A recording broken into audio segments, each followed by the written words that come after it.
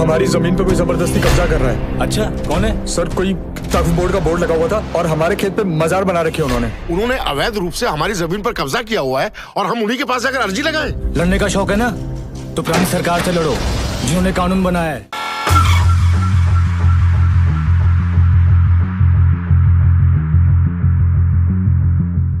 नमस्कार, आप देख रहे हैं एनएमएफ न्यूज और आपके साथ मैं हूं नम्रता चौधरी। सोचिए, एक सुबह आप सोकर उठे और आपकी जमीन पर किसी और का कब्जा हो जाए। वहां पर बाकायदा एक ऐसा बोर्ड लग जाए जिस पर लिखा हो कि अब आपकी और बाकी किसी की भी एंट्री वर्जित है। तो आप क्या करेंगे? जाहिर है, परेशान होकर आप पुलिस थाने जाएंगे, शिकायत लिखवाएंगे। लेकिन अब इससे भी बुरा सोचिए, थाना इंचार्ज कह दे कि आपकी शिकायत यहां नहीं सुनी जाएगी, बल्कि जिसने इस जमीन पर कब्जा करके बोर्ड लगाया है उसी के आगे आपको हाथ जोड़ने होंगे। आसान शब्दों में कहूं तो अपनी चुराई हुई चीज आपको चोर के आगे ही हाथ फैलाकर मांगनी पड़े तो क्या होगा? सुनकर और सोचकर बहुत डरावना लग रहा होगा ना। दुख की बात यह है कि ऐसा देश में इस वक्त हो रहा है, और अब से नहीं हो रहा बल्कि सालों साल से होता आ रहा है। लेकिन हमारे देश में धर्म को आगे लाकर क्या कुछ नहीं कर दिया जाता? इसी धर्म के आधार पर यह सब कुछ हो रहा है। किसी की जमीन का एक छोटा सा टुकड़ा जा रहा है तो किसी राज्य में गांव के गांव हड़प लिए जा रहे हैं। इतना ही नहीं, धर्म को ढाल बनाते हुए हिंदुओं के मंदिरों तक पर बोर्ड लगा दिया गया है कि अब ये जगह उनकी है। कौन है ये लोग जो धन को आगे लाकर जमीनें हड़प रही हैं? इनका मकसद क्या है? कैसे सरकार इनसे निपटेगी? अब तक कितनी जमीन इस तरह से हड़प ली गई है? इसी की सच्चाई से आपको रूबरू कराती है एक फिल्म जिसका नाम है आखिर पलायन कब तक। फिल्म 16 फरवरी 2024 को रिलीज होगी, लेकिन उससे पहले उसका जबरदस्त टीजर रिलीज हुआ है जिसने गदर काट दिया है। 6 दिन में ही फिल्म के टीजर को लाखों लोगों ने देख लिया। फिल्म में अगर फैक्ट्स के साथ सच्चाई दिखाई जाएगी ना, तो इस फिल्म को करोड़ों कमाने से यकीन मानिए कोई नहीं रोक सकता।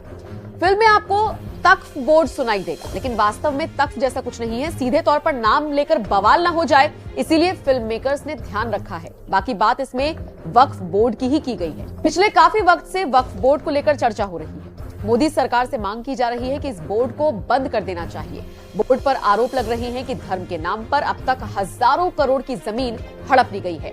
अंदाजा लगाइए कि देश में सरकार और रेलवे के बाद अगर सबसे ज्यादा जमीन किसी के पास है तो वो वक्फ बोर्ड ही है। और इससे भी ज्यादा हैरानी की बात तो ये है कि दुनिया के 57 मुस्लिम देशों में वक्फ बोर्ड जैसा कुछ नहीं, लेकिन भारत में मुस्लिमों के लिए ये बोर्ड अलग से बनाया गया है, जो अब काम कम और अवैध तरीके से जमीन हड़पने को लेकर ज्यादा चर्चा में है। विस्तार से समझिए वक्फ बोर्ड पर क्या क्या आरोप लगे हैं। बीजेपी सांसद हरनाथ सिंह ने वक्फ बोर्ड पर आरोप लगाते हुए कई सारे खुलासे कर दिए। हरनाथ ने क्या कुछ कहा वो आपको बताते हैं। वक्फ बोर्ड की ताकत यह है कि अगर बोर्ड के मेंबर या कार्याधिकारी किसी भी संपत्ति को बोल देंगे कि ये उनकी संपत्ति है, तो बोर्ड को ये साबित करने की भी जरूरत नहीं पड़ेगी कि ये जमीन उनकी है या नहीं। जिस शख्स की वो जमीन थी उसे साबित करने के लिए चक्कर काटने पड़े। वक्फ बोर्ड कानून कहता है कि उसके फैसले को किसी भी अदालत में चुनौती नहीं दी जा सकती, फिर चाहे वो सुप्रीम कोर्ट ही क्यों ना हो। वक्फ बोर्ड देश का तीसरा सबसे बड़ा जमींदार बनकर उभरा है। वक्फ की संपत्ति का स्वामी अल्लाह को बनाया गया है और स्थायी रूप से इस जमीन को धार्मिक कार्यों के लिए समर्पित किया जाता है। चलिए अब ये भी जान लीजिए वक्फ का क्या मतलब होता है और इसकी शुरुआत किसने की थी। क्या होता है वक्फ का मतलब? वक्फ का मतलब होता है अल्लाह के नाम पर दान कर देना। वक्फ के नाम पर दान दी गई संपत्ति को दोबारा हासिल नहीं किया जा सकता। वक्फ की शुरुआत किसने की? 1954 में सबसे पहले जवाहरलाल नेहरू की सरकार की तरफ से वक्फ अधिनियम पारित किया गया था। इस अधिनियम के तहत 1964 में केंद्रीय वक्फ परिषद की स्थापना कर दी गई थी। 1995 में सभी राज्यों और केंद्र शासित प्रदेशों के लिए वक्फ बोर्डों के गठन की अनुमति के लिए भी कानून में संशोधन किया गया था। भारत के हर राज्य में शिया और सुन्नी वक्फ बोर्ड समेत एक सेंट्रल बोर्ड और 32 स्टेट बोर्ड हैं। वक्फ बोर्ड इतना ताकतवर है कि किसी भी धरोहर, इमारत या जमीन को अपनी संपत्ति घोषित कर सकता है। तमिलनाडु, तेलंगाना और गुजरात समेत कई राज्यों में तो वक्फ बोर्ड ने गांव के गांव हड़प लिए हैं। वक्फ बोर्ड किसी की संपत्ति हड़पने के बाद उसे जानकारी तक नहीं देता। मालिक को पता तब लगता है जब वहां पर या तो बोर्ड लग जाता है या फिर वो उसे बेचने निकलता है। वक्फ बोर्ड ने ताजमहल, गुजरात में रेलवे की जमीन, काशी विश्वनाथ मंदिर समेत कई संपत्तियों पर अपना दावा ठोक रखा है। मतलब सोचकर देखिए, बोर्ड का गठन किसने किया, कब किया और किसके लिए किया, और इसका किस तरह से इस्तेमाल हो रहा है। आपकी जानकारी के लिए बता दें, वक्फ बोर्ड के पास इस वक्त 8,509 संपत्तियां हैं जो 8 लाख एकड़ से ज्यादा की जमीन पर फैली हुई हैं।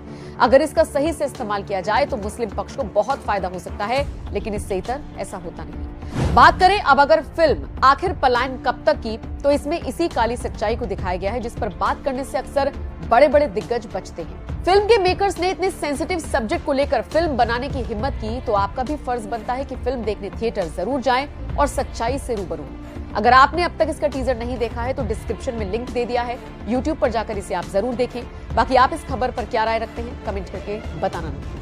हमारी जमीन पे कोई जबरदस्ती कब्जा कर रहा है। अच्छा, कौन है? सर, कोई वक्फ बोर्ड का बोर्ड लगा हुआ था और हमारे खेत पे मजार बना रखी है उन्होंने। उन्होंने अवैध रूप से हमारी जमीन पर कब्जा किया हुआ है और हम उन्हीं के पास जाकर अर्जी लगाएं। लड़ने का शौक है ना, तो पुरानी सरकार से लड़ो जिन्होंने कानून बनाया है। और आपका तो एक जमीन का टुकड़ा है तमिलनाडु में, 20 गांव की जमीन और 1500 साल पुराना जो मंदिर है ना, वो भी इसी तख्फ ने हथियार रखा है। तेरा भगवान अलग, तेरा अल्लाह अलग, तीसरे का कोर्ट अलग।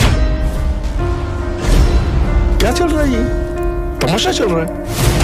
इंसान को उसकी जड़ों से अलग कर दो, उसको खदेड़ दो, बर्बाद कर दो उसको।